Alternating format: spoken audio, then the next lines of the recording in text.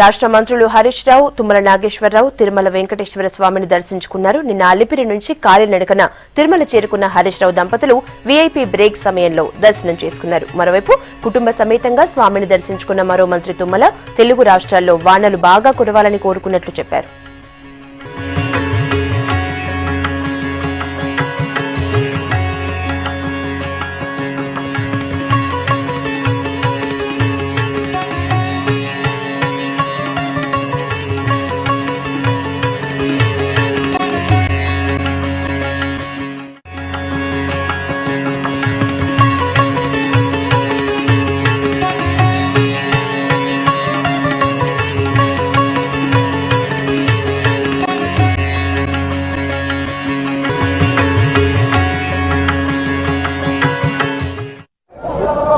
పాడి పంటలతో పరువడిల్లాలని చెప్పి ఆ భగవంతుని ప్రార్థన